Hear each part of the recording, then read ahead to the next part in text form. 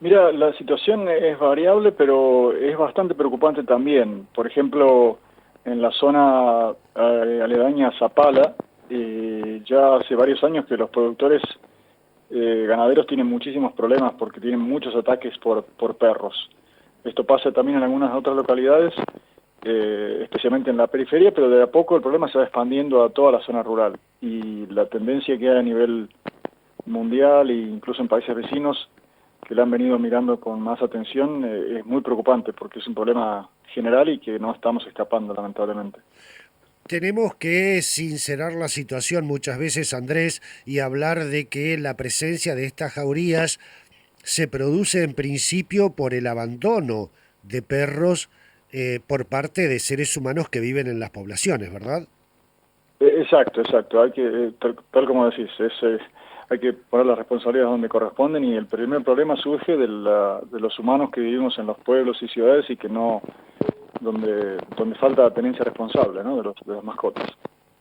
Y una vez que son abandonados, estos perros comienzan a incorporar hábitos silvestres. Exacto, sí, sí, de a poco se van convirtiendo otra vez en una especie silvestre, como era el antecesor del perro, y bueno, forman estas jaurías, eh, atacan en conjunto, o sea que pueden matar animales grandes, pueden matar a un vacuno, por ejemplo, o pueden atacar a una persona, y hay muchos casos de muertes de personas, ¿no? Y heridas muy graves. Andrés, este alerta que en algunos casos se está haciendo desde la ciencia, desde la investigación sobre estas jaurías, ¿ha tenido alguna respuesta por parte de los organismos del Estado? Mira, las respuestas han sido, hace tiempo que ha habido llamados de atención, por ejemplo, de gente del área de salud, de nosotros en el área de conservación y manejo de fauna, de la gente de ganadería, pero ha sido todo bastante poco coordinado, como suele pasar al principio, y bueno, es lo que necesitamos es un poco más de presión de la sociedad y también un poco más de coordinación de parte del Estado, ¿no? Para tomar acciones. ¿Cuáles considerás que pueden ser las herramientas más allá de la toma de conciencia por parte de los seres humanos de no abandonar a sus mascotas? Yo la verdad que creo que además de esta toma de conciencia, tiene que haber algunas medidas un poco más estrictas en los pueblos y ciudades sobre el manejo de los animales, ¿no? O sea, esto de que todos tengamos los perros y gatos sueltos por ahí es un problema que está contribuyendo a esto, porque muchas veces pasa que los animales que tenemos sueltos por alguna razón no los alimentamos bien o lo que sea, se terminan yendo. Entonces, me parece que una acción muy importante es que se concientice sobre la necesidad de que uno tiene que tener las mascotas controladas, o sea, dentro de un predio, hacerse responsable, alimentarlos, bueno, y en los casos en que hay, perdón, en los casos en que hay acciones claramente irresponsables, como es esta típica de ir, cuando no quiero más mi perro, me voy unos kilómetros afuera del pueblo y lo dejo a la banquina, eso tiene que ser sancionado con multas muy severas, porque realmente en algunos casos solamente aprendemos con algunos castigos, ¿no? Y bueno, después obviamente tener también servicios más fuertes, más extendidos de esterilización de los animales, es una medida muy importante también, porque tenemos que reducir el flujo de animales hacia el medio silvestre, ¿no? Claro, estas jaurías en el medio silvestre buscan la alimentación, inclusive con grandes animales, como vos decías, porque atacan en conjunto.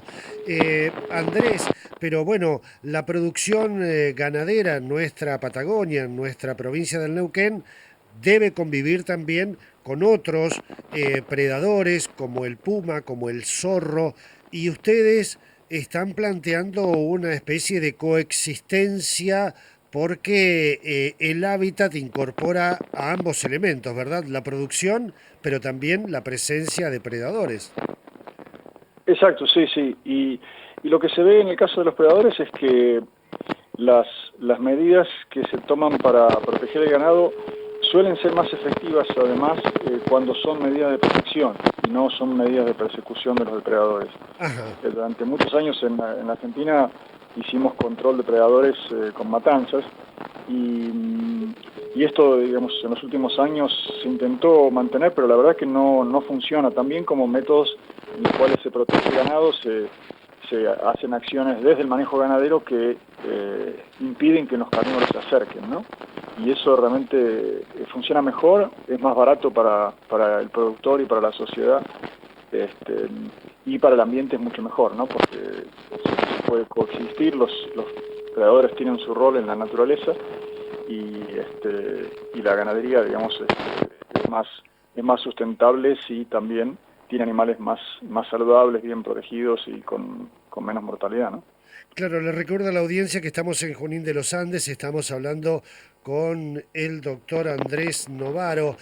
Andrés, entre estas herramientas que vos mencionás, hemos conocido, por ejemplo, la incorporación de perros cuidadores de majadas que alejan la presencia del predador, sea puma, zorro e inclusive perros cimarrones. También la construcción de corrales que no sean aptos para el ingreso de predadores. ¿Y hay alguna otra herramienta más? Sí, por ejemplo, en la zona del Parque Laguna Blanca, cerca de Zapala, estuvimos probando unos dispositivos que se ponen en los corrales que ahuyentan a los predadores y evitan que se acerquen.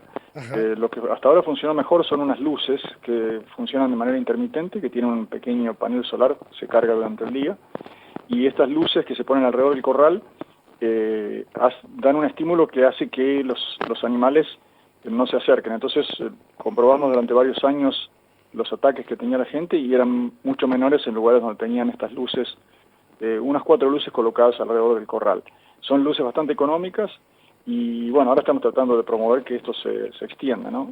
Pero ese tipo de metodologías en algunos otros lugares se ha probado con dispositivos sonoros y demás, pero por lo menos estas luces disuasivas funcionan bastante bien. Bien, Andrés, el trabajo que ustedes realizan tiene que hacer un equilibrio entre animales nativos, animales exóticos, de los que hay muchísimos y causan verdaderos estragos en nuestra Patagonia, en nuestra provincia del Neuquén, entre los incorporados, los exóticos, tenemos en el agua los bisones, pero hay muchos más, ¿verdad? Que hay que tener conciencia de que no son autóctonos y por lo tanto conforman una especie de desequilibrio del sistema. Sí, tenemos también acá en la provincia, especialmente en la zona sur, el ciervo colorado, ¿no? Que es un problema, también es un recurso. Algunas de estas especies invasoras son complicadas de manejar porque también en algunos casos se han transformado en recursos, pero hay que tener un equilibrio en eso también, ¿no? Por ejemplo, en muchos campos durante años los ciervos colorados comían tanto pasto como el ganado, ¿no? Entonces, además del daño que hacen al suelo. Así que un buen manejo de estas especies, por ejemplo en este caso herbívoros, también es muy importante para mantener la salud del suelo, de la vegetación, y bueno, en algunos casos pueden ser un recurso, hay que manejarlo bien, claro. Pero lo que se notó, por ejemplo, en la provincia es que bajó la calidad de los trofeos de ciervo justamente porque había tanta cantidad, ¿no? Entonces los mismos ciervos no tenían suficiente pasto para comer y empezó a declinar los trofeos. Así que en este caso, digamos, el buen manejo de una especie invasora también puede ayudar a que dentro de todo, hasta su manejo deportivo en este caso, sea más efectivo, ¿no? También hay que decir, Andrés, que el trabajo científico que realizan ustedes en nuestra provincia tiene una vinculación permanente con pobladores de nuestra zona y de esas charlas también te pueden surgir mucha información y contenido que se incorpora a la investigación científica, el comentario de la gente de campo tiene mucha información. A mí me gustaría que contaras la anécdota de los pumas en la zona de Aucamahuida, que a través de la charla con los pobladores te enterás que vienen de La Pampa. ¿Fue así? Sí, los pumas en la zona de Aucamahuida, como en toda nuestra provincia, históricamente hace 150 años había pumas en todos lados. Lo que encontramos en la zona de Aucamahuida, donde el puma había desaparecido hace unos 20, 30 años por la cacería, ¿no? Por el tema del conflicto con la producción de ganado. Cuando empezaron a regresar los pumas a la zona de Aucamahuida hace hace unos 20 años, la gente nos decía que el puma había vuelto desde la Pampa. Y nosotros decíamos, cómo puede ser? O digamos, acá tenemos pumas en la cordillera y en la zona del Monte Pampeano, donde persistieron esas poblaciones cuando el resto de la Patagonia los perdió por cacería. Y nosotros nos preguntábamos cómo la gente del campo podía saber que los pumas ahí en Aucamabuida habían regresado desde la Pampa, habían recolonizado de la Pampa. Y cuando hicimos un estudio genético, confirmamos que efectivamente los pumas de la zona de Aucamabuida tenían más cercanía genética con los pumas de la Pampa que con los pumas de la propia cordillera del norte neuquino. Entonces, de alguna manera, la información boca a boca de la gente de cómo se había producido la recolonización de esa zona les había permitido saber que había habido una recolonización gradual desde la Pampa y no desde el oeste, ¿no? Realmente nos pareció un grado de conocimiento de la historia natural del lugar realmente muy profundo, ¿no? Así que Claro. quedamos muy impresionados. Y de lo que es el saber popular muchas veces, Andrés, ¿no? Que es interesante incorporarlo al estudio científico, todo este saber, este conocimiento popular, ancestral, cultural, incorporarlo también para poder, si se necesitan hacer cambios culturales o analizar en profundidad alguna de las especies, ¿no? Exacto, sí. Por ejemplo, el caso este que mencionábamos hace un rato de los perros protectores de ganado.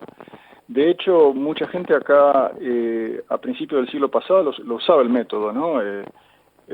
Cuando había todavía muchos predadores en principio de 1900, la gente tenía estos perros que criaba con el ganado, que se transformaban en, digamos, uno más de la majada, y lo habían incorporado ellos mismos hace casi 100 años, ¿no? Después ese método se perdió cuando los carnívoros fueron eliminados, pero la gente ya conocía y cuando empezamos a promover el método, mucha gente nos decía, sí, mi abuelo hacía exactamente esto, Totalmente. criaba perros con el ganado. Totalmente. Sí, que hay que aclarar, estos perros que cuidan la majada, no es que defiendan atacando al puma o al perro silvestre o al zorro, sino que es a través de la orina, de los olores, ¿verdad?